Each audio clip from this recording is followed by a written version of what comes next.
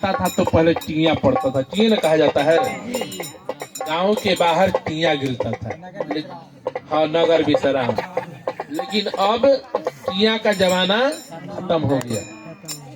भगवान शंकर भी चले तो उन्होंने टिया डाल दिया, टिया नगर विश्राम डाल दिया।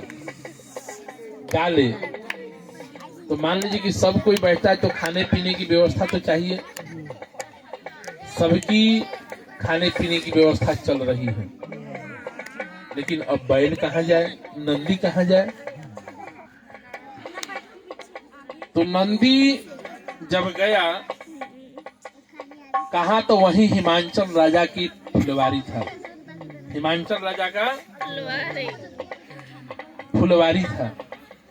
अब नंदी ने देखा कि हरा भरा घास, हरा भरा पौधा अब दिखाई पड़ा, तो भला अब नंदी से रहा जाए हैं?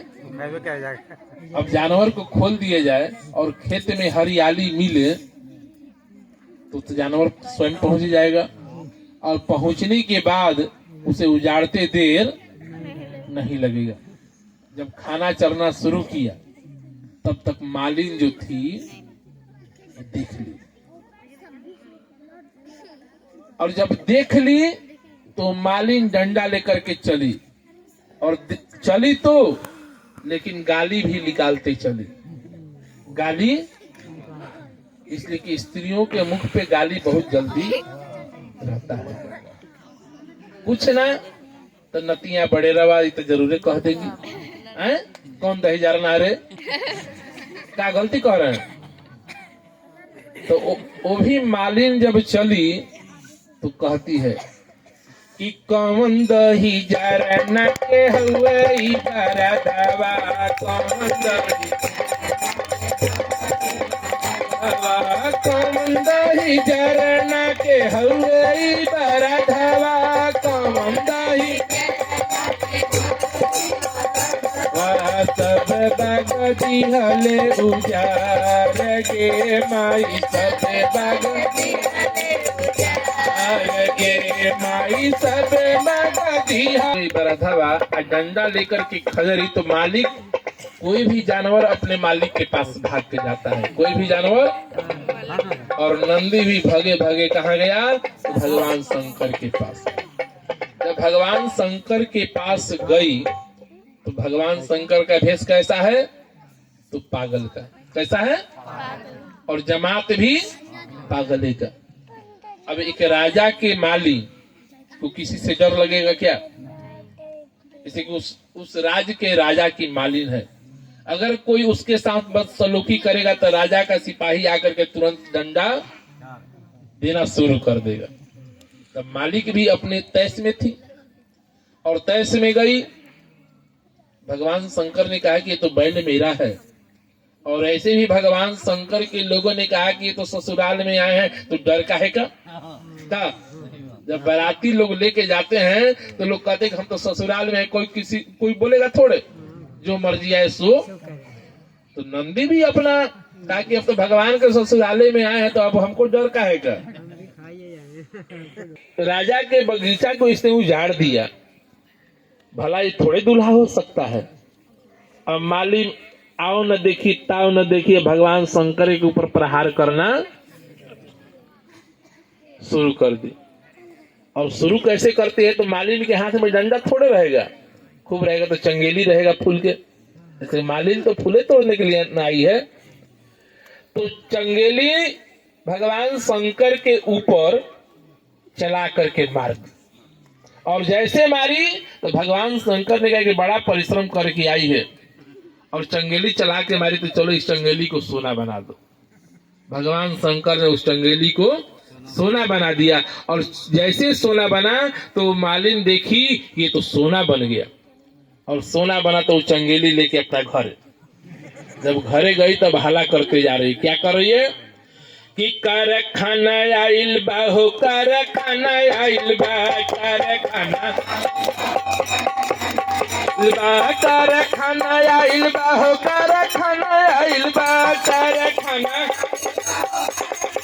चल सोना मढ़े वाला कारखाना आइल बा, चल सोना, चल सोना मढ़े वाला कारखाना आइल बा, चल सोना मढ़ा कारखाना आइल बा हो, कारखाना आइल बा, कारखाना आइल, कारखाना आइल बा हो, कारखाना आइल बा, चल सोना मढ़ा वाला कारखाना आइल बा, चल कारखाना आइल बा हो, कारखाना आइल बा, कारखाना। केहू केहू से कुछ कहा, कोई पूछता ये कहाँ आया है, तो मलिनिया बस कहती कारखाना आया है, केवल हाथ उठा दी कारखाना आया है। अब कैसा कारखाना आया है, तो मलिनिया कहती कि हम तो चंगेली चला के मारे तो हमारा सोना बन गया, उसको जो मारेगा उसी का सोना बनेगा। अब भला कारखाना में सोना कौन नहीं चाहेगा कि सोना हमें मिले। आज यहाँ सोना मिलने लगे तो हमको नहीं लगता है कि पूरा गांव टूटेगा नहीं, कहीं बबो के कुछ ना हो तो कुछ मिलेगा।